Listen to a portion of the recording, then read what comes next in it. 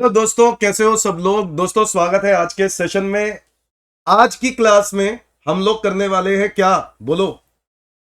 Admission of partner. Yes everyone, admission of partner. और मैं आज की क्लास में आप लोगों के साथ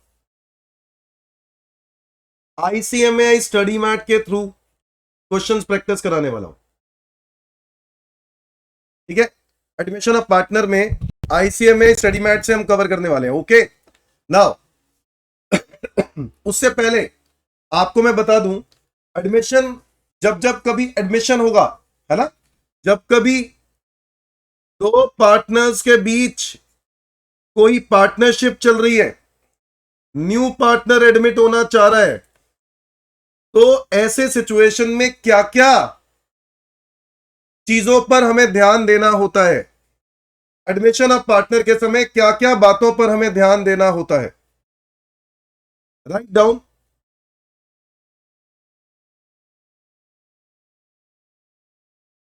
सबसे पहले एडमिशन के समय आपको कैलकुलेट करना होगा calculation of new profit sharing ratio. ठीक है बेटा, क्या प्रॉफिट शेयरिंग रेशियो निकालनी होगी, न्यू रेशियो निकालनी होगी। And calculation of sacrificing ratio. तो हमें दो काम करने होंगे। सबसे पहला स्टेप हमारा क्या होगा, कैलकुलेशन ऑफ न्यू रेशियो और सैक्रिफाइसिंग रेशियो। ये दोनों चीजें हमें फाइंड आउट करनी पड़ेंगी सबसे पहले काम, एडमिशन जब जब होगा। क्या ये बात समझ में आती है दोस्तों? नंबर दो, सर अगला काम क्या है, वैल्यूएशन ऑफ गुडविल।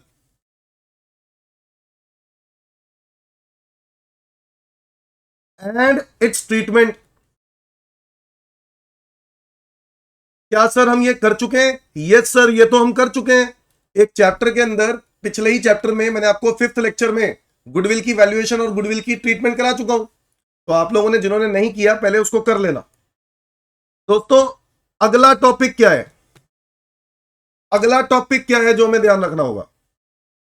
जब भी कभी नया पार्टनर एडमिट होगा तो पुराने पार्टनर्स कहेंगे जो हमने पैसे कमाए थे, यानी पुराना जो रिजर्व पड़ा हुआ है वो बांट देना चाहिए। बोलो हाँ या ना। तो distribution of accumulated profits,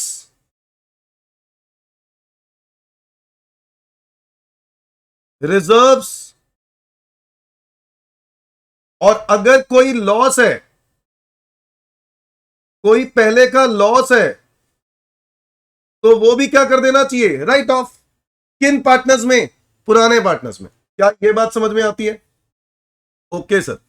sir और क्या करना होगा, जब पुराने एसेट्स एंड लायबिलिटीज को नए बिजनेस के अंदर हम रीवैल्यू करते हैं, भाई ये सिंपल सी बात है, पुराने एसेट्स मेरे पास पड़े हुए हैं, मैं बैलेंस शीट बना रहा हूं, उस बैलेंस शीट के अंदर मेरे पास ये लायबिलिटीज हैं, ये एसेट्स हैं, और ये मुझे दिए हुए हैं कुछ लायबिलिटीज और कुछ एसेट्स। अब इनको क्या करेंगे, जब नया पार्टनर एडमिट होगा, मान लो कोई वन ऑफ द एसेट है जैसे कि लैंड, इस लैंड की वैल्यू बैलेंस शीट में 1 करोड़ लिखी हुई थी, और जो दो पार्टनर्स हैं एक्स और वाई, उन्होंने ये लैंड 1 करोड़ की खरीदी थी। आज मार्केट में यही लैंड 4 करोड़ रुपए की हो गई है, और अगर मैं इस पार्टनर को एंट्री दे दूं, कल को ये लैंड बेचेंगे तो 3 करोड़ में जो प्रॉफिट हुआ उसमें तो हिस्सा ये जेड भी मांगेगा, जेड की तो मौज हो जाएगी। बोलो यस और नो। तो क्या ये सही है? नहीं। इसलिए हमें क्या करना चाहिए, एसेट्स और लायबिलिटीज को रीवैल्यू करना चाहिए। भाई नए पार्टनर को अगर हमें फायदा हो रहा है तो नए पार्टनर को वो फायदा हम क्यों दें, और अगर लॉस हो रहा है तो नया पार्टनर वो लॉस क्यों खाए? क्योंकि वो तो उस समय का जो भी एसेट्स और लायबिलिटीज होंगे उसको आज की वैल्यू चाहिए, मतलब करंट वैल्यूज। नए पार्टनर के लिए भी ये सही है और ओल्ड पार्टनर्स के लिए भी ये सही है। इसीलिए हम करेंगे क्या, revaluation of assets and liabilities. Revaluation of assets and liabilities. फिर क्या करेंगे बच्चों, बच्चों हम लोग एक्यूमुलेटेड प्रॉफिट्स को बांट चुके होंगे, रिजर्व्स लॉसेस को बांट चुके होंगे, एसेट्स और लायबिलिटीज को रीवैल्यू कर देंगे। फाइनली हम प्रिपेयर करेंगे preparation of partners capital account. अगर कैपिटल्स फ्लक्चुएटिंग है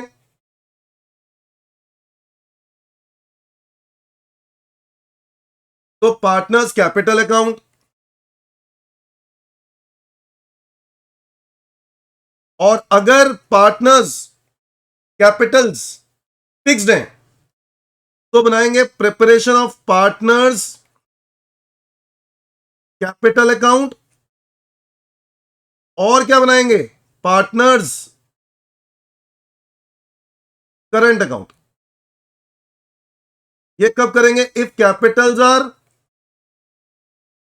फिक्स्ड।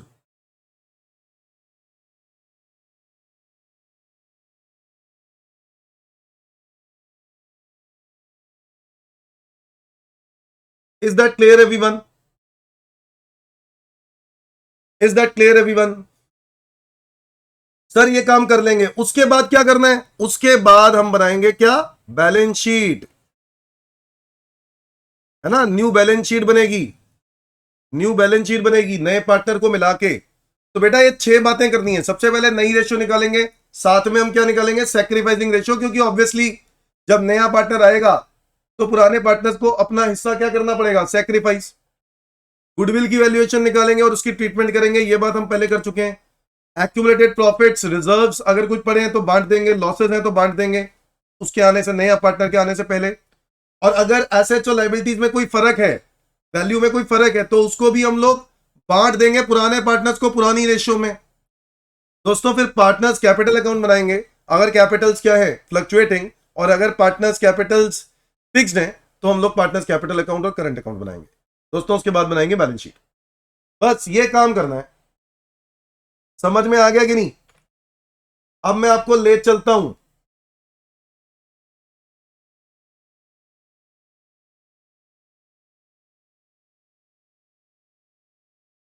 आईसीएमएआई के क्वेश्चंस में।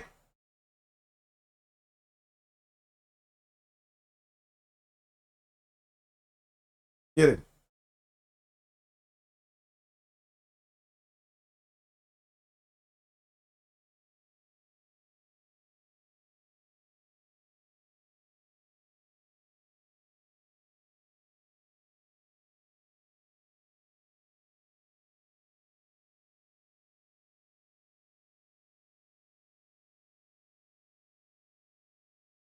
ये देखो, मैं आपको पार्टनरशिप यहां से डिस्कस कर रहा हूं क्योंकि बच्चों ने कहा सर कुछ क्वेश्चंस स्टडी मैट के भी कवर कर लो, तो स्टडी मैट भी डिस्कस हो रहा है। ठीक है,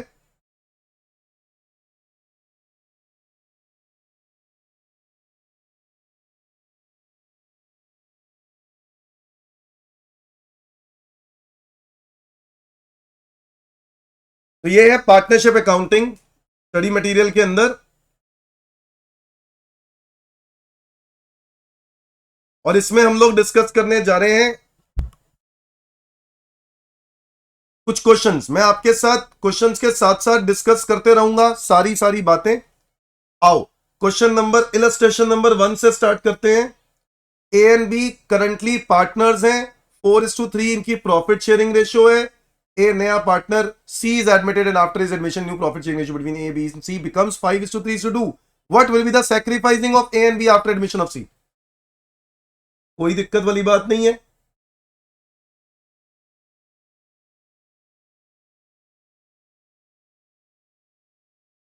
सबसे पहले मुझे बता दो क्या आपको पहले की रेशियो दी हुई है ए और बी की? Yes sir. पुरानी रेशियो क्या दी है? 4:3। सी नया पार्टनर आ रहा है, सी इज टेकिंग एडमिशन, और एडमिशन लेने के बाद उसकी न्यू रेशियो क्या होगी?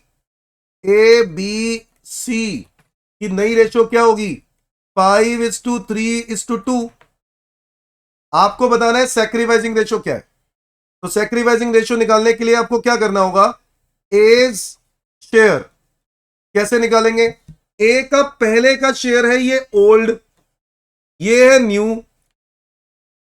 अगर ओल्ड ज्यादा होगा, न्यू कम होगा, तो ही तो सैक्रिफाइस होगा। तो ओल्ड माइनस न्यू करेंगे बेटा।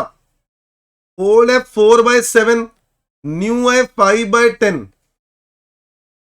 तो सैक्रिफाइसिंग कैसे निकालेंगे? 70, 7 10 40, यहां पे आ गया 10 7 35।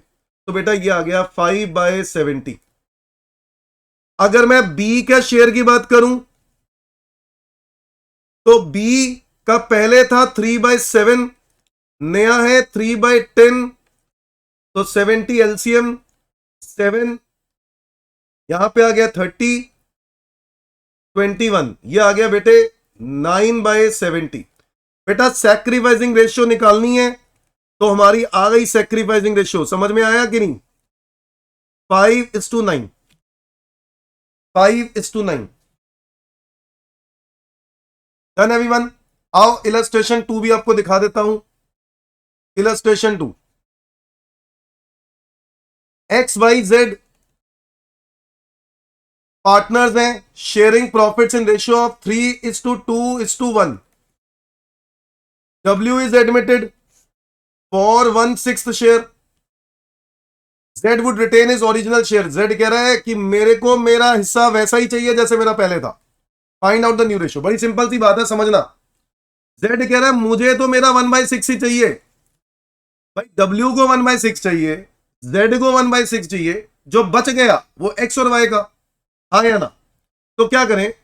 टोटल शेयर क्या होता है? Total share is always 1। मतलब एक हिस्सा है उसमें से ही तो निकालेंगे ना। तो आप क्या करो, रिमेनिंग निकाल लो। जिनका फिक्स्ड है उनको हटा दो।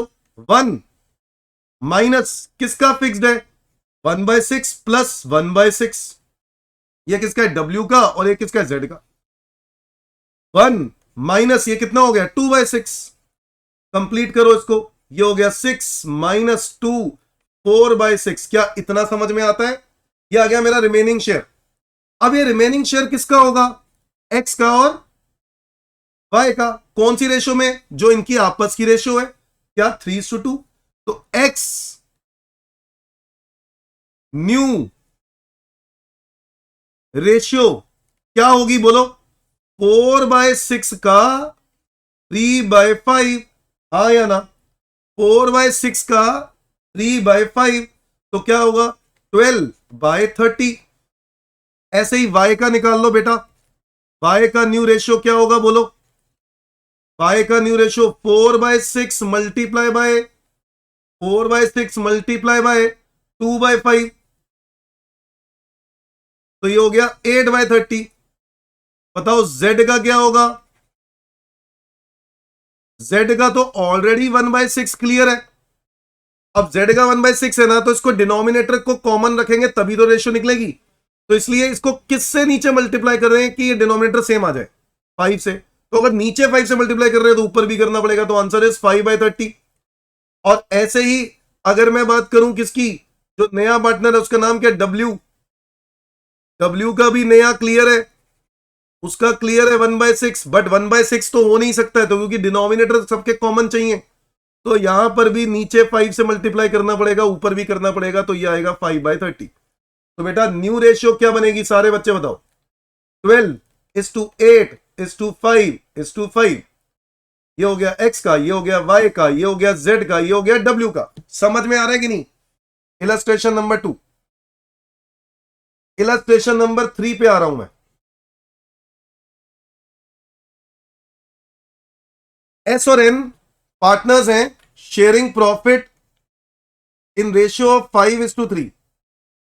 They admitted J for 3/10 into the partnership, है ना, in which J acquired 1/5 share from S.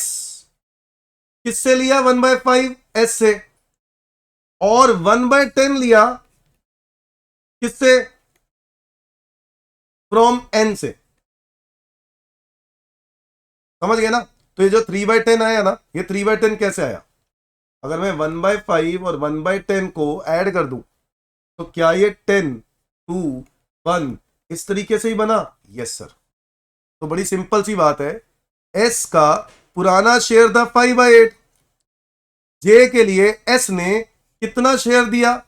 1/5, तो 1/5 माइनस कर दो, इज इक्वल टू 8 5 40 हो गया एलसीएम, 8 5 जा 25 हो गया, ये 8 5 जा 5 5 जा, और फिर इसके बाद 5 8 यहां पे आ गया 8, ये आ गया 17/40। एन का निकाल लो बेटे, एन का पहले से शेयर था 3/8, कितना सैक्रिफाइस किया? 1/10, क्या होगा बोलो? एलसीएम क्या होगा बोलो? 40, 8 5 जा और फिर 5 3 जा 15, 10 4 जा, यह आ गया 4, यह आ गया 11/40। और बेटा जे का तो क्लियर है ना, जे का शेयर क्या है? जे का शेयर क्या है बोलो सारे बच्चे? 3/10। और ये 3/10 कैसे आया होगा?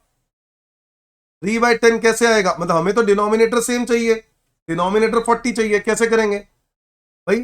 4 से मल्टीप्लाई करेंगे तो ऊपर भी करेंगे तो आएगा 12/40। बोलो यस और नो। तो मेरी न्यू रेशियो बन के आ गई बेटा, इज इक्वल टू 17:11:12। समझ में आ गया कि नहीं? जल्दी जल्दी बताओ। SNJ चेक करें, 17 11 12 correct answer. Done everyone. Illustration number 3 समझ में आ गया कि नहीं? आगे आ जाओ। इलस्ट्रेशन नंबर 4, एक्स और वाई पार्टनर्स हैं जिनका प्रॉफिट शेयरिंग रेशियो 5:4 है। दे एडमिटेड जेड। तो भाई एक्स और वाई पार्टनर्स हैं, इनका प्रॉफिट शेयरिंग रेशियो 5:4 है, जेड को एडमिट कर रहे हैं 1/5 के लिए, जो which in which is given 2/15 by x. x ने कितना दिया? 2/15 दिया x ने, और y ने कितना दिया? y ने 1/15 दिया। y ने, ये चेक करो, 2/15 प्लस 1/15 क्या बना? ये 3/15, 1/5। क्या ये 1/5 आ रहा है कि नहीं? यस। तो इसी तरीके से बना है 1/5। ठीक है जी। तो बताओ पहले तो हमें क्या करना चाहिए? हमें तो पहले न्यू रेशियो निकालनी चाहिए। न्यू रेशियो निकालने के लिए x का पुराना शेयर निकाल लो, विच इज 5/9। उसमें से x ने 2/15 दे दिया, तो हम लोग एलसीएम लेंगे। बोलो क्या एलसीएम लें? 45, 9 5 जा 5 5 जा 25, 15 3 जा 3 2 जा 6, तो यह हो गया 19/45। y का लिखें 4/9 माइनस y ने दिया 1/15, तो ये आएगा डिनोमिनेटर में 45, 9 5 जा 5 4 जा 20, 15 3 जा 3, यहां पे आ जाएगा, तो ये आ गया 17/45। और फिर लिखेंगे बेटे z का, जो कि है 1/5। अब 1/5 को बराबर रखने के लिए हम क्या करेंगे भाई? डिनोमिनेटर तो सेम चाहिए ना, तो इसको 9 से मल्टीप्लाई करेंगे नीचे, और ऊपर भी तो आएगा 9/45। तो बेटा न्यू रेशियो क्या आ गई? न्यू रेशियो आ गई 19:17:9। एक्स, वाई और जेड। समझ में आ रहा है कि नहीं? अब अगर मैं जेड का सैक्रिफाइसिंग, सॉरी एक्स और वाई का सैक्रिफाइसिंग देखूं तो 2:1 है। अगर मैं सैक्रिफाइसिंग देखूं तो क्या है आपस में? एक्स और वाई का सैक्रिफाइसिंग क्या है? जेड के लिए क्या सैक्रिफाइस किया? 2:1, 2/15, 1/15 इज 2:1। समझ में आ गया कि नहीं? अब देखो क्वेश्चन क्या कह रहा है। कह रहा है जेड 1.5 लाख रुपए का कैपिटल लेके आ रहा है, 60,000 एज प्रीमियम लेके आ रहा है, और goodwill account appears in the books कितना? 1,65,000। अब देखो बुक्स में 1,65,000 का गुडविल दिया हुआ है, हमें कह रहा है कि क्या करेंगे एंट्री अगर वो 1.5 लाख का कैपिटल लेके आ रहा है। तो बेटा जब 1.5 लाख का कैपिटल लेके आ रहा है तो क्या एंट्री पास करेंगे, कैश अकाउंट डेबिट टू, सारे बच्चे बताओ, जेड्स कैपिटल। मैंने ये पिछली क्लास में डिस्कस किया था, जब कोई नया पार्टनर कैपिटल लेके आएगा, हमारा कैश बढ़ गया, जेड्स कैपिटल क्रेडिट। अच्छा और क्या लेके आ रहा है, प्रीमियम फॉर गुडविल, कितना लेके आ रहा है 60,000, तो प्रीमियम फॉर गुडविल 60,000, 150 कैपिटल, क्या आ गया 210। फिर इसके बाद प्रीमियम को हम डिस्ट्रीब्यूट कर देंगे सैक्रिफाइसिंग रेशियो में, बोलो यस और no. Premium for goodwill account debit to x capital to Y capital account. Premium कितने का था 60,000, एक्स और वाई को 2:1 की रेशियो में, सैक्रिफाइसिंग रेशियो में बांट देंगे, तो बोलो कितना आएगा 40,000 और 20,000।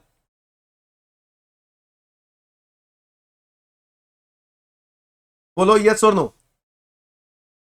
बोलो यस और नो। अब देखो क्वेश्चन ने एक बात और बोली है, और वो ये कि गुडविल पहले से बुक्स में 1,65,000 का दिया है। जो गुडविल पहले से बैलेंस शीट में होता है ना, जब भी कभी एडमिशन होगी, पुराने गुडविल को राइट ऑफ करना होता है। क्या करना होता है बोलो, राइट ऑफ। हमेशा याद रखना, एडमिशन के समय या रिटायरमेंट के समय या डेथ के समय अगर पहले से गुडविल दिया हुआ है तो क्या करेंगे हम, पुराने गुडविल को राइट ऑफ। कैसे करेंगे, गुडविल एक एसेट होता है, राइट ऑफ करने के लिए क्या करें, क्रेडिट ओल्ड पार्टनर्स को डिस्ट्रीब्यूट कर दो। एंट्री क्या बनेगी, x debit y debit to goodwill. अरे बोलो यस और नो, यस सर। कितने का था वो 165, एक्स और वाई का रेशियो क्या था आपस में, एक्स और वाई का 5:4, तो 165 को इंटू 5/9 विच इज 91667, यह आ गया 7333। Is that clear everyone. तो हम गुडविल को बांट देंगे, जो ओल्ड पार्टनर्स हैं उनको ओल्ड रेशियो में बांट देंगे, done. Is that clear everyone, समझ में आ गया ना। तो ऐसे क्वेश्चन करने कोई दिक्कत नहीं है। मैं तो आज आपको एडमिशन के सारा स्टडी मैट के क्वेश्चन कराने वाला हूं आज, मतलब जितने हो जाए, नहीं तो अगली क्लास में तो कराना ही है। अभी हम लोगों ने क्या नहीं सीखा, रिवैल्यूएशन नहीं सीखा। अगर रिवैल्यूएशन आएगा और रिजर्व डिस्ट्रीब्यूशन आएगा तो वो सब बातों को मैं, उसके लिए मैं आपको पहले कॉन्सेप्ट समझाऊंगा, फिर मैं आगे बढ़ूंगा। पहले देख लेते हैं ये किस चीज के ऊपर है, ये भी गुडविल के ऊपर ही है, तो हो जाएगा। एक्स और y profit sharing ratio 5:3, they admitted z for 1/5 share, he pays 80,000 as capital but does not contribute anything for the goodwill which is valued at 60. The capitals of the partners are fixed, all the adjustments are to be made through partner। obviously जब capitals fixed है तो सारी adjustment किसके through होनी है, current account. Balance sheet आपको दे दी है, अरे नीचे तो देखा ही नहीं हमने, यहां पर तो पार्टनर्स रिजर्व भी डिस्ट्रीब्यूट करना चाहते हैं, रिवैल्यूएशन भी हो रही है, तो हम अभी इलस्ट्रेशन 5 नहीं करेंगे। सर क्यों नहीं, अरे करेंगे ना, वेट तो करो, पहले कॉन्सेप्ट तो समझ लें। सबसे पहले लिखेंगे कॉन्सेप्ट का नाम revaluation, write down everyone, revaluation, revaluation of assets and liabilities. Sir क्या करना है इसमें, एसेट्स और लाइबिलिटीज को रीवैल्यू करना है। सर क्यों करना है, मैंने आपको बताया था ना भाई, देखो जेड एक पार्टनर है जो बिजनेस में एडमिशन लेना चाहता है, ठीक है, और एक्स और वाई पुराने पार्टनर्स हैं जिनके पास बहुत कुछ उन्होंने अपने बिजनेस में बना लिया है, उस बिजनेस में इन्होंने बैलेंस शीट में बहुत कुछ है। मैं आपको एक एग्जांपल दे रहा था कि मान लो इस बैलेंस शीट में एक फर्नीचर है जिसकी वैल्यू 10 लाख रुपए दी हुई है, और ये कौन सी वैल्यू है, बुक वैल्यू। क्या बोलते हैं इसको बेटा, बुक वैल्यू। बुक वैल्यू मतलब डेप्रीसिएशन माइनस करने के बाद की वैल्यू। पता चला मार्केट में इसकी कीमत सिर्फ 3 लाख रुपए है। अगर जेड कल को एडमिट हो जाता है बिजनेस में और कल को यह फर्नीचर बेचने की बात होती है, तो क्या बिजनेस के अंदर 7 लाख रुपए का लॉस होगा कि नहीं होगा? वो 7 लाख रुपए का लॉस तो एक्स को भी देना पड़ेगा, वाई को भी देना पड़ेगा और जेड को भी देना पड़ेगा, जो बेचारा नया नया था, उसको पता ही नहीं चला कि उसके साथ पंगा हो गया। अब देखो इसमें समझदारी क्या है? जेड की समझदारी ये है कि जब वो एडमिशन ले रहा है तो उस समय बोले भाई देखो ऐसे पहले सारे एसेट्स और लायबिलिटीज को क्या करेंगे, हम रीवैल्यू करेंगे, इसीलिए रीवैल्यूएशन होती है। सिमिलरली ये चीज एक्स वाई के ऊपर भी प्रॉब्लम क्रिएट कर सकती थी, जैसे मैंने लैंड का एग्जांपल अभी थोड़ी देर पहले बताया था। तो अभी रीवैल्यूएशन करते हैं तो हमें क्या करना है? रीवैल्यूएशन के लिए अकाउंट बनाना है।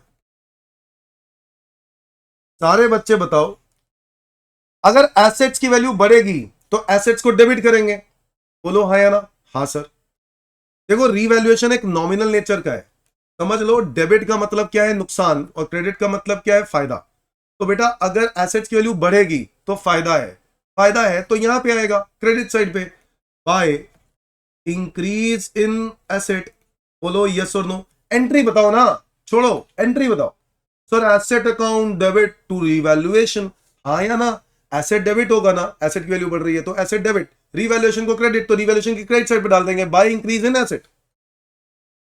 अगर एसेट की वैल्यू डिक्रीज होती है तो नुकसान होता है, अगर नुकसान है तो एंट्री क्या होगी? एसेट को क्रेडिट करेंगे, रीवैल्यूएशन डेबिट टू एसेट, तो टू डिक्रीज इन एसेट। अगर लायबिलिटी की वैल्यू बढ़ रही है तो ये नुकसान है या फायदा? नुकसान है, to increase in liability. Entry बताओ, एंट्री सोच के बताओ। लायबिलिटी का क्रेडिट बैलेंस होता है, लायबिलिटी और बढ़ गई तो लायबिलिटी को और क्रेडिट करेंगे, रीवैल्यूएशन को डेबिट करेंगे, तो एंट्री बनेगी रीवैल्यूएशन डेबिट टू लायबिलिटी। बोलो यस और नो। और अगर लायबिलिटी कम हो रही है तो लायबिलिटी को क्या करेंगे? डेबिट करेंगे, तो लायबिलिटी डेबिट टू रीवैल्यूएशन, तो रीवैल्यूएशन को क्या करेंगे? क्रेडिट, तो बाय डिक्रीज इन लायबिलिटी। बोलो यस और नो, यस और नो। दोस्तों अगर कोई अनरिकॉर्डेड एसेट पाया गया तो एंट्री क्या होगी? अनरिकॉर्डेड एसेट, जैसे मेरे पास अचानक से मुझे एक एसेट दिखता है तो मैं क्या एंट्री पास करूंगा? भाई ऐसा कोई एसेट जो पहले से नहीं था बट जैसे ही नया पार्टनर आया ना तो तब पता चला अरे कोई एसेट और भी था। अनरिकॉर्डेड एसेट क्या करेंगे? अनरिकॉर्डेड एसेट बढ़ गया और रीवैल्यूएशन क्रेडिट हो जाएगा, फायदा हो गया ये तो, बाय अनरिकॉर्डेड एसेट। बोलो यस और नो। और ऐसे ही कोई अनरिकॉर्डेड लायबिलिटी निकल गई तो ये चीज जो है हमारा नुकसान है, अनरिकॉर्डेड लायबिलिटी। मैं आपको बता दूं ये फायदा और नुकसान कौन झेलेगा? पुराने पार्टनर्स झेलेंगे। कौन सी रेशियो में? पुरानी रेशियो में। तो बेटा अगर तो ये क्रेडिट साइड ज्यादा है, डेबिट साइड कम, तो मुझे होगा फायदा, प्रॉफिट ऑन रीवैल्यूएशन। बोलो यस और नो। और इस प्रॉफिट ऑन रीवैल्यूएशन को ओल्ड पार्टनर्स को ओल्ड रेशियो में डिस्ट्रीब्यूट कर देंगे। समझ में आ गया कि नहीं? और अगर लॉस हुआ तो यहां पे आएगा, क्योंकि डेबिट साइड ज्यादा है मतलब खर्चे ज्यादा है, नुकसान ज्यादा है, इनकम कम, तो बाय लॉस ऑन रीवैल्यूएशन।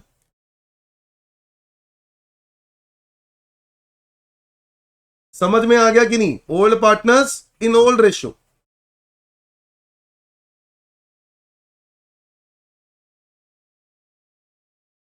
ये है हमारा रीवैल्यूएशन अकाउंट।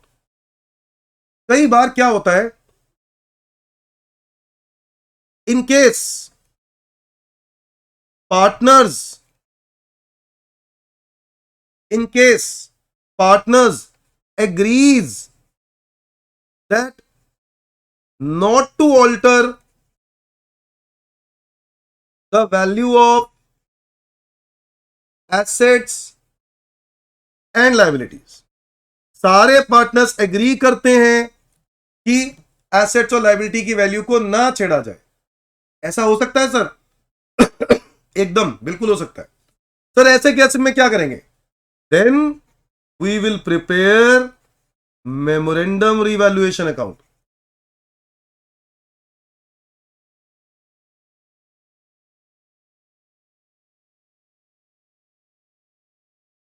समझ में आया कि नहीं? अगर पार्टनर्स एग्री करते हैं, they don't want to alter the value of assets and liability, then we will prepare memorandum revaluation account. Sir ये कैसे बनेगा? आओ मेमोरेंडम रीवैल्यूएशन की भी दर्शन करा दूं।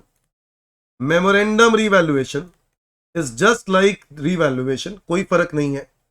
सिर्फ एक बात का फर्क है कि एसेट्स और लायबिलिटी में कोई फर्क ही नहीं आएगा। तुम कहोगे सर पे फर्क, आप कह रहे हो सर इधर तो फर्क आया था एसेट्स और लायबिलिटी में। हाँ देखो मैं अभी भी आपके सामने बिल्कुल सेम लिखने वाला हूं। To decrease in asset, to increase in liability, to unrecorded liability. देखा कि नहीं? बिल्कुल वही है तो, बिल्कुल वही है तो। Bye increase in asset, by decrease in liability,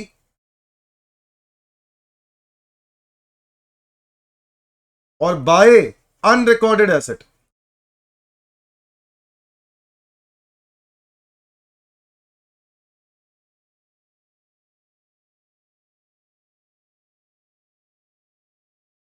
sir ये तो बिल्कुल वही है रीवैल्यूएशन। और आप कह रहे हो सर एसेट्स और लायबिलिटी में कोई चेंज नहीं आना चाहता। जब कह रहे हैं नॉट टू ऑल्टर तो आप तो चेंज कर रहे हो। अभी सुनो तो सही क्या करना है। पहले तो इसमें जो भी हो, सपोज करो प्रॉफिट आ गया, तो प्रॉफिट आ गया तो क्या करेंगे? टू प्रॉफिट ऑन रीवैल्यूएशन, और इसको हम लोग क्या कर देंगे? ओल्ड रेशियो में बांट देंगे। X Y, old partners, old ratio.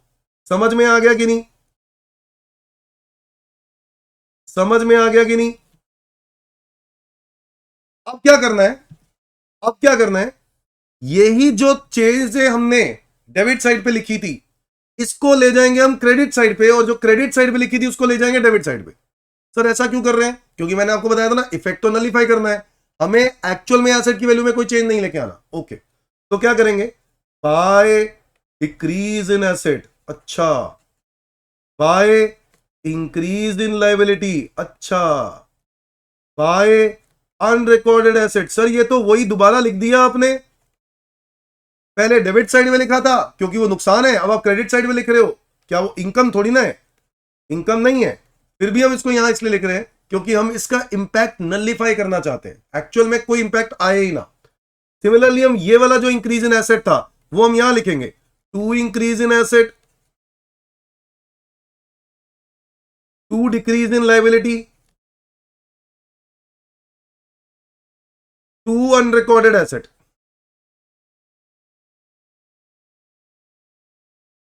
बच्चों ये लिखने के बाद,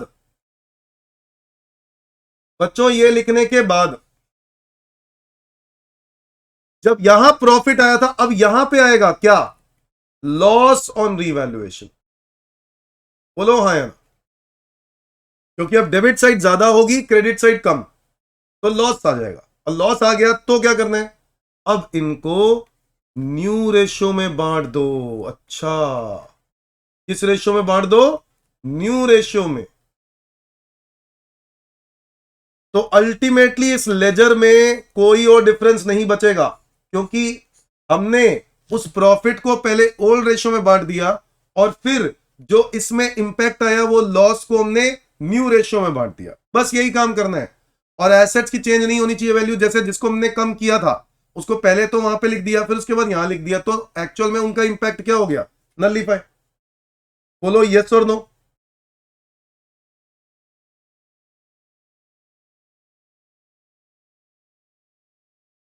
सो मेमोरेंडम रीवैल्यूएशन अकाउंट समझ में आ गया कि नहीं?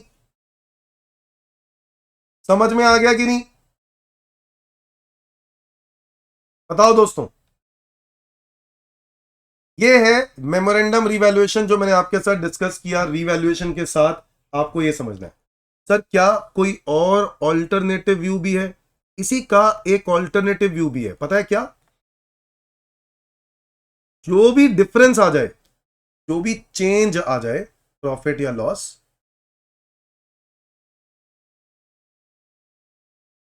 जो भी profit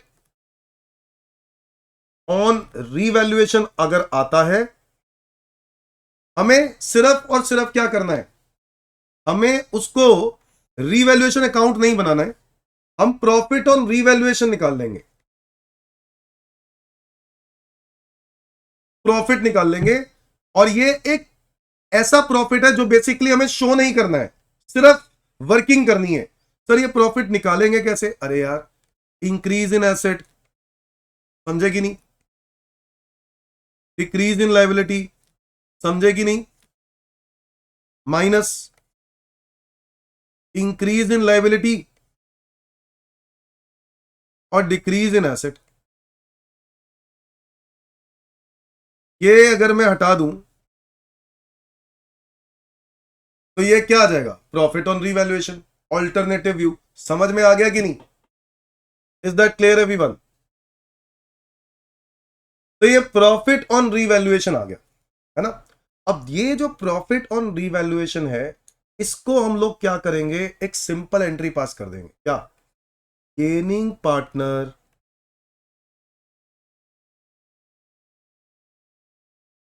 gaining partners capital account debit to sacrificing partners capital account. इसी प्रॉफिट को, अगर प्रॉफिट हो रहा है रिवैल्यूएशन पे, तो गेनिंग पार्टनर यानी बेसिकली जो न्यू पार्टनर है वो गेन ही हुआ है। वो गेन ही तो हुआ, उसको तो बैठे बैठाए शेयर मिल गया, तो वो गेन हो गया। न्यू पार्टनर पुराने पार्टनर्स को सैक्रिफाइस कर, जो प्रॉफिट हुआ है मान लो 1 लाख, उनको सैक्रिफाइसिंग रेशियो में पुराने पार्टनर्स को पैसा दे देगा। और एसेट्स और लायबिलिटीज को रिवैल्यू नहीं करेंगे, हम सिर्फ और सिर्फ इफेक्ट निकालेंगे। इसको बोलते हैं effect, effect in revaluation. Effect निकाला बस हमने। इफेक्ट को निकालने के बाद ये एंट्री पास कर देंगे। सर लॉस आ गया तो? बेटे लॉस आ गया ना तो रिवर्सल एंट्री पास कर देंगे। रिवर्सल एंट्री क्या होगी? सैक्रिफाइसिंग पार्टनर्स अकाउंट डेबिट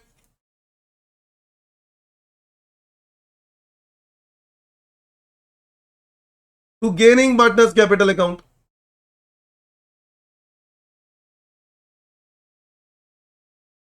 समझ में आ गया कि नहीं?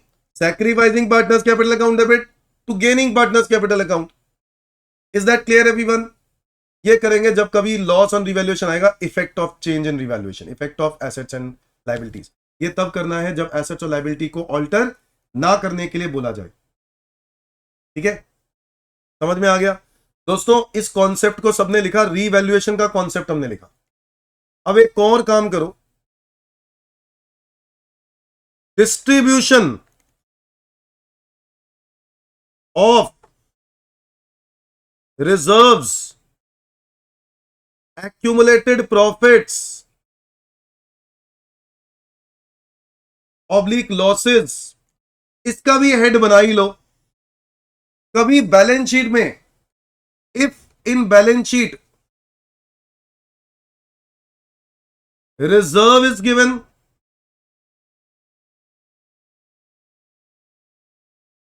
P&L credit balance is given, और P&L debit balance is given. Debit balance मतलब क्या है? लॉस। या फिर कोई डेफर्ड रेवेन्यू एक्सपेंसेस दिया हो, डेफर्ड रेवेन्यू एक्सपेंस दिया हो, वी विल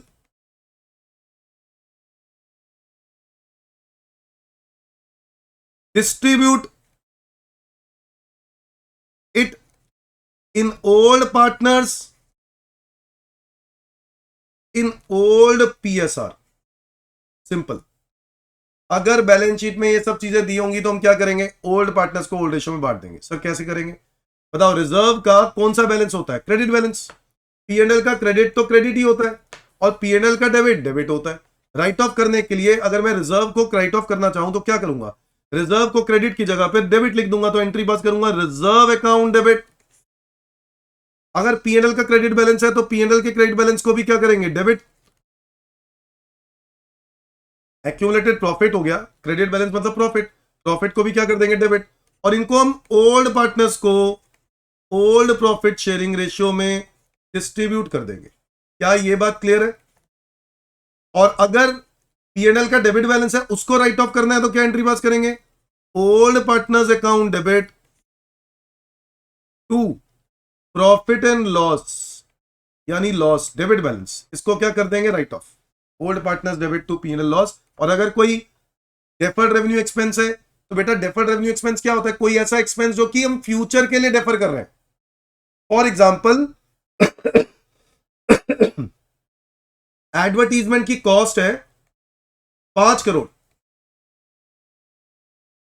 ऋतिक रोशन ने मुझसे 5 साल के लिए ये 5 करोड़ रुपए लिए हैं और कहता है मैं तुम्हारी ऐड कर दूंगा। ऋतिक रोशन ने 5 सालों के लिए लिए, तो क्या मैं 5 करोड़ को पूरे एक ही साल में दिखा दूं? दिखा भी सकता हूं, बट अभी 5 करोड़ को सही तरीका क्या है? 5 करोड़ को 5 सालों में बांट दो, तो इसका मतलब है हर साल का खर्चा कितना? 1 करोड़। तो फिर बाकी का जो 4 करोड़ एडवांस में दे रखा है वो क्या है? डेफर्ड रेवेन्यू एक्सपेंस है, जो हम बैलेंस शीट में एसेट साइड पे दिखाएंगे। पे तो कर दिया बट राइट ऑफ फ्यूचर में करेंगे। बट क्योंकि एक नया बंदा आ रहा है हमारे बिजनेस में, तो ऐसी चीजों को खत्म करना है सेम ईयर में, तो क्या करेंगे? टू डेफर्ड रेवेन्यू एक्सपेंस अगर कोई है तो उसको भी राइट ऑफ कर देंगे। समझ में आ गया कि नहीं बच्चों? ऐसा हो सकता है if partners agrees not to distribute reserves, profit, oblique losses, क्या करेंगे अगर वो पार्टनर्स कहते हैं बांटना नहीं है? सर ऐसा भी होता है? हाँ ऐसा होता है।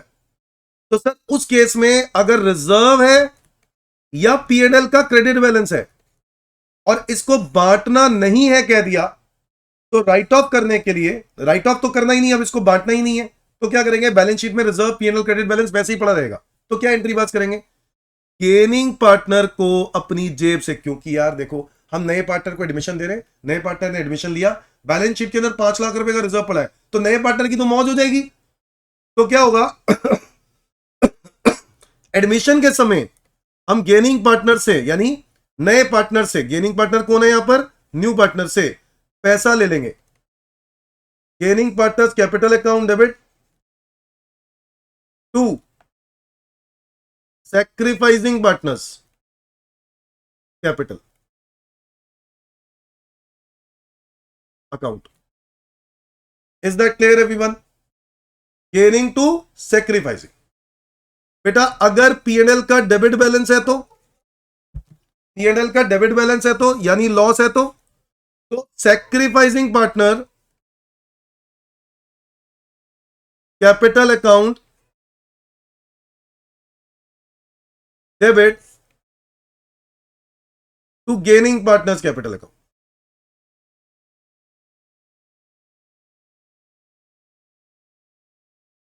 सैक्रिफाइसिंग पार्टनर्स गेनिंग पार्टनर्स को पैसा देंगे अगर लॉस है तो, और अगर प्रॉफिट है तो गेनिंग पार्टनर सैक्रिफाइस, देखो सैक्रिफाइसिंग गेनिंग को क्या देंगे? लॉस है तो गेनिंग वाला झेलेगा ना loss.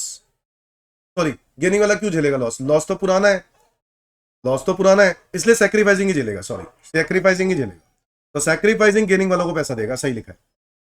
Is that clear everyone?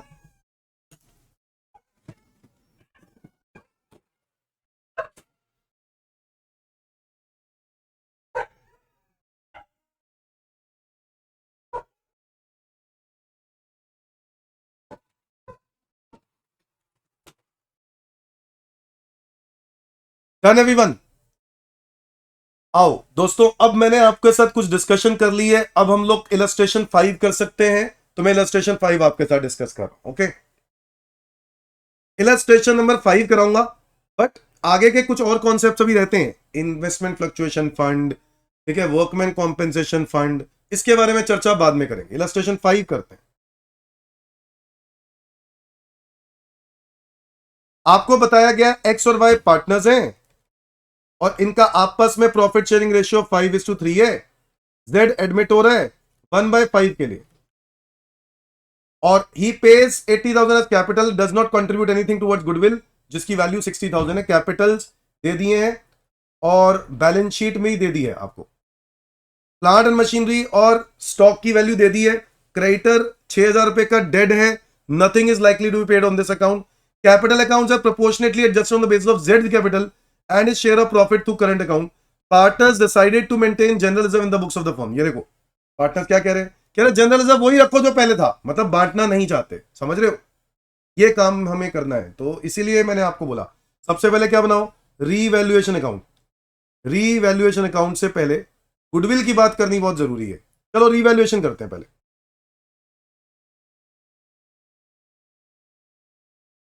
यार रीवैल्यू करने के लिए तो बोला है ना, रीवैल्यू करने के लिए तो कुछ बोला ही नहीं ऐसा कि ना करो रीवैल्यू, तो रीवैल्यू कर दो। Plant and machinery is valued at 46,000। Plant and machinery की वैल्यू पहले कितनी थी 50, 4,000 रुपए से कम हो गई, तो to plant and machinery loss हो गया कितने रुपए से, 4,000।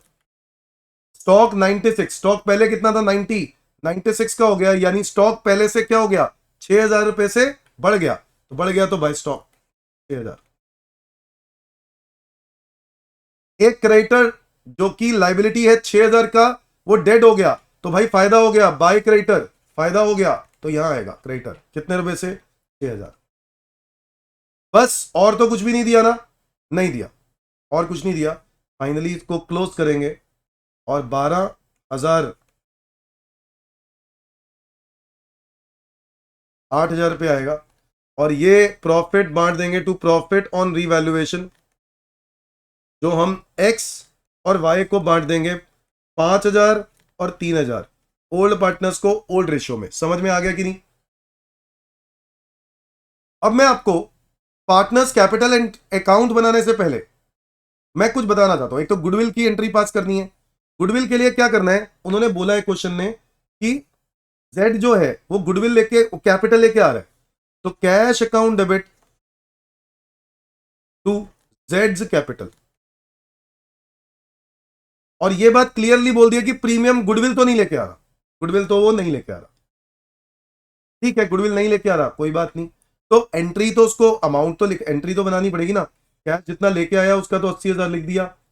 गुडविल की वैल्यू कितनी है, does not contribute anything towards goodwill which is valued at 60। Goodwill की तरफ कुछ भी नहीं दिया उसने। क्या करेंगे, जो जेड पार्टनर है उसको डेटर बना देंगे। याद है ना, मैंने पिछली क्लास में कराया है। जेड पार्टनर को डेटर बना देंगे कि भैया तेरे से पैसा लेंगे, 60,000 रुपए का गुडविल है, 1/5 लेंगे, 60,000 का 1/5 कितना हो गया 12,000। तो 12,000 रुपए से क्या बना देंगे जेड को debtor to x capital to Y capital. Sacrificing ratio, X और वाई की सेक्रीफाइसिंग रेशियो क्या होगी, अगर नई रेशियो नहीं दी हुई ना, तो सेक्रीफाइसिंग रेशियो हमेशा वही होती है जो ओल्ड होती है। याद सुनना मेरी बात, अगर नई रेशियो नहीं दी ना, नई रेशियो दी है नहीं दी, तो सेक्रीफाइसिंग वही है जो ओल्ड है। अच्छा सर, आप नहीं यकीन आ रहा, नहीं यकीन आ रहा होगा, कोई बात नहीं, मैं समझ सकता हूं, क्योंकि जिन्होंने पहली बार देखा है ये सब चीजें तो उनको नहीं यकीन आएगा। 5:3 मैं फिर भी करके दिखा देता हूं।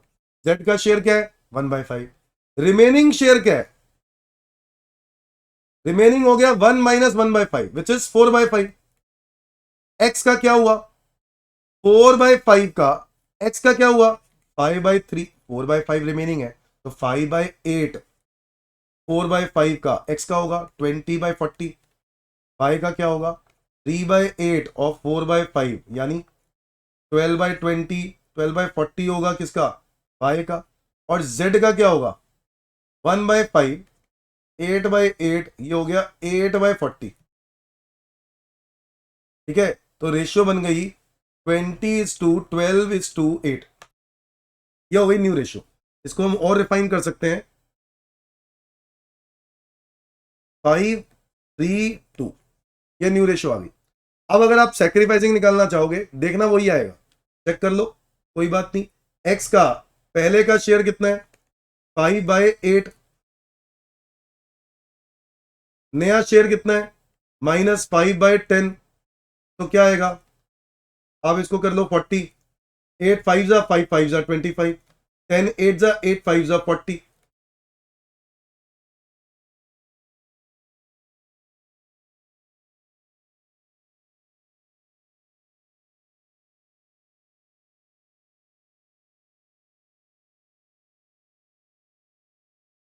ओल्ड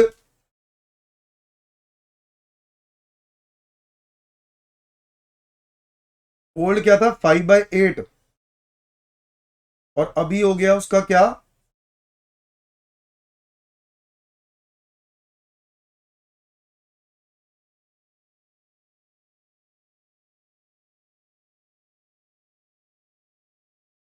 2012 क्या तो सही है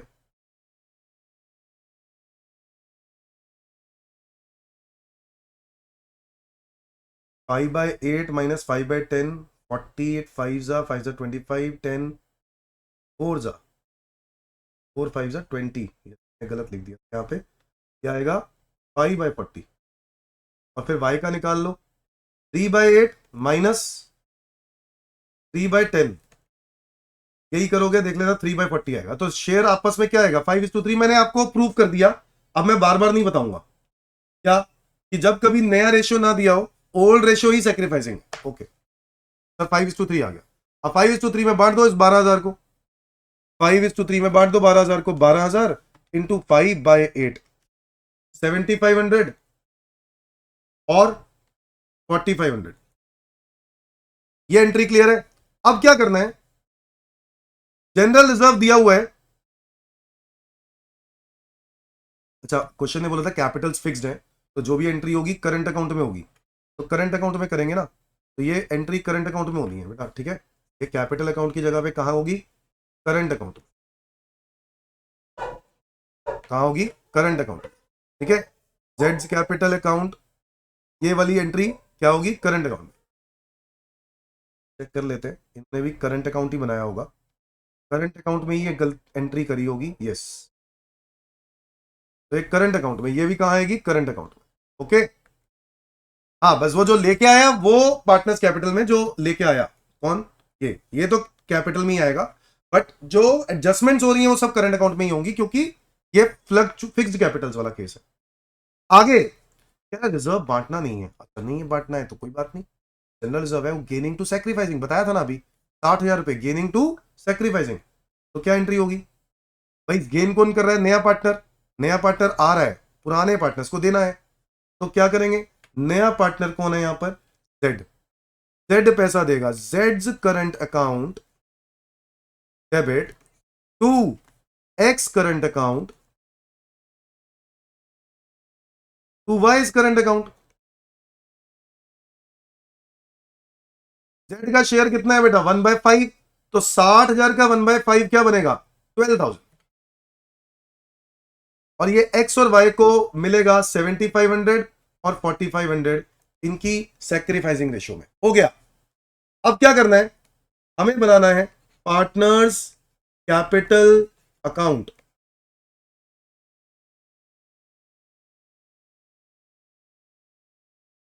एक्स वाई जेड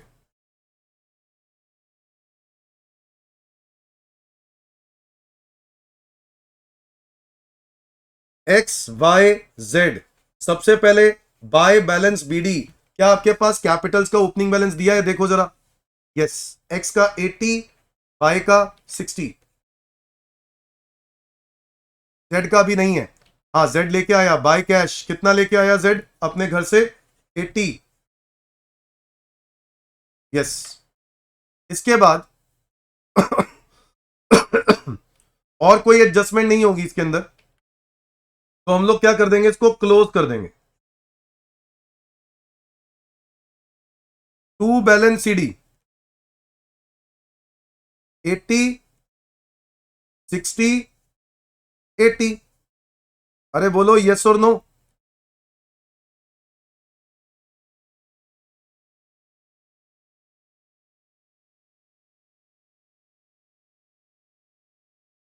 बोलो यस और नो पार्टनर्स कैपिटल अकाउंट बन जाएगा ये same as it is yes sir अब क्या करना है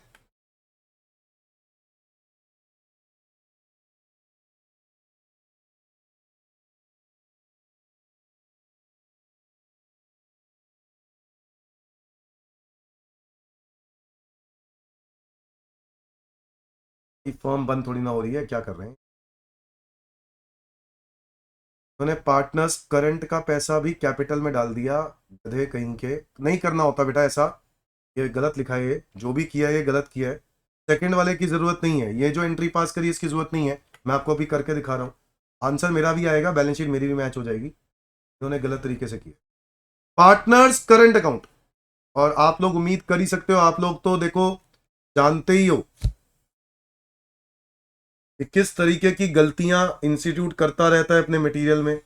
आदत से मजबूर है, और हम भी आदत से मजबूर हैं, सुना सुना के हम भी नहीं थकेंगे जैसे ये लोग सुन सुन के नहीं थकते। X Y Z, X Y Z. सबसे पहले करंट अकाउंट का बैलेंस आपको दिया हुआ है क्वेश्चन के अंदर, देखो क्या दिया है। करंट अकाउंट का बैलेंस दिया हुआ है, वो कहां गया, ये रहा।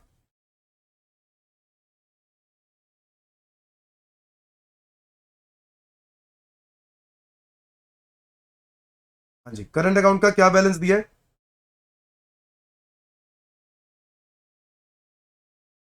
एक्स और वाई का क्रेडिट साइड पे, तो बाय बैलेंस बीडी। एक्स का है 5,000 और वाई का है 6,000, जेड का है ही नहीं। अब क्या करेंगे, वो जो एडजस्टमेंट जो एंट्री पास नहीं करी थी वो सब एक एक करके यहां आ जाएंगी। जैसे कि पहले तो रिवैल्यूएशन का ही प्रॉफिट डाल दो, by profit on revaluation, by revaluation. X का 5,000 और वाई का 3,000। फिर इसके बाद आप डाल दो यहां पर Z current to X to Y, तो जेड की डेबिट साइड पे, जेड की डेबिट साइड पे 2x एंड वाई लिख दो। जेड का डेबिट कितना होना है, 12,000। और बाय, बाय जेड लिख देते हैं, एक्स में कितना 7.5 और वाई में कितना 4.5। डन। इसी तरीके से अगली एंट्री भी शायद सेम ही है, तो सेम फिर से आ जाएगा, bye Z 7.5 4.5, 2x and Y 12,000। क्या हम लोगों ने सारी एंट्रीज पास कर दी, यस सर। सब एंट्रीज पास करने के बाद अब अच्छा अच्छा अच्छा अच्छा, ओहो, मेरे को समझ में आया कि इन्होंने क्या किया है। क्वेश्चन में कुछ और भी लिखा हुआ था, the capital accounts are to be proportionately adjusted, ये मैंने इग्नोर कर दिया, सॉरी ये मेरी गलती है, मैंने इग्नोर कर दिया। The capital account are to proportionately adjust on the basis of जेड्स कैपिटल, ये नहीं देखा मैंने। अब जेड के कैपिटल के बेसिस पर उसका कैपिटल प्रोपोर्शनेटली एडजस्ट कर दो। अब जेड का कैपिटल क्या था, जेड का कैपिटल था 80,000, उसी के प्रोपोर्शन में सारे कैपिटल, तो बैलेंसिंग फिगर कैपिटल्स का बैलेंस सीडी आप लोग निकाल लोगे। कैसे निकालोगे, जेड 80,000 लेके आ रहा है अपने 1/5 शेयर के लिए, कितने शेयर के लिए 1/5, तो ये 1/5 के बराबर है। तो टोटल कैपिटल क्या होगा, कैसे निकालोगे, टोटल कैपिटल कैसे निकालोगे, अगर 80,000 1/5 के बराबर है तो 80,000 into 5 divide by 1 which is 4 lakh. ये टोटल आ गया। अब क्या करो, इसको प्रोपोर्शनेटली बांट दो, एक्स वाई जेड। प्रोपोर्शनेटली कैसे बांटेंगे, जो रेशियो है इनकी आपस की क्या बनी थी, 5:3, हमने निकाला था ना नया रेशियो, ये निकाल दिया था 5:3:2, न्यू रेशियो आया था 5:3:2, तो 5:3:2 कर दो 4 लाख को, 5/10, 4 लाख इंटू 5/10 2 लाख। वाई का बताओ, 3/10 1/20। जेड का बताओ 2/10 80। तो लो जी, आज सही है, सही है, सॉरी बेटा मैं ज्यादा बोल गया इंस्टीट्यूट की तरफ, तो कुछ नहीं है, सही है, सही है, ये सही है। यहां पे बैलेंस सीडी आएगा क्योंकि क्वेश्चन में पार्टनर्स कैपिटल एडजस्टमेंट के बारे में मैंने नहीं पढ़ा था, मेरी गलती। टू बैलेंस सीडी कितना आएगा, 2 लाख 1/20 80, ठीक है, इसको ठीक कर लेना, 2 लाख 1/20 80। अब यहां पर डिफरेंस आ जाएगा, और वो जो डिफरेंस आएगा वो कहां से एडजस्ट होगा, करंट अकाउंट से। कहां से, करंट अकाउंट से, क्योंकि कैपिटल अब करंट अकाउंट में एडजस्टमेंट होनी है जितनी होनी है। तो बताओ क्या करें, 2 लाख है तो करंट अकाउंट में आ जाएगा, बाय करंट अकाउंट। एक्स का करंट अकाउंट कितना आएगा, 1/20, बाय का करंट अकाउंट कितना आएगा 60, और जेड में कुछ नहीं आएगा। तो बस एक्स और वाई के कैपिटल्स के क्रेडिट साइड है, करंट अकाउंट के डेबिट साइड होंगे। तो एंट्री हुई X Y current account, X current account, Y current account to x capital Y capital. तो एक्स और वाई के करंट अकाउंट की डेबिट साइड पर to X and Y capitals आएंगे करंट अकाउंट में डेबिट साइड पर। क्या आएगा? 1,20,000 और 60, 1,20,000 और 60। समझ में आ गया कि नहीं? अब करेंगे इसको क्लोज लेजर को। मैं कहूं ये क्या गड़बड़ है भाई? गड़बड़ कुछ नहीं है, ठीक है, इनका ठीक है, मैंने क्वेश्चन नहीं पढ़ा था, थर्ड वाला एडजस्टमेंट। तो बेटा बताओ कितना आ रहा है बाय बैलेंस सीडी? 1,20,000 में से माइनस कर दो 5, 1,20,000 में से 10,000 माइनस 15,000, 95 आ गया। यह आ गया 60,000, 60,000 minus 6,000 minus 3,000 minus 4,500 minus 4,500 is 42, और यहां बच रहा है 24।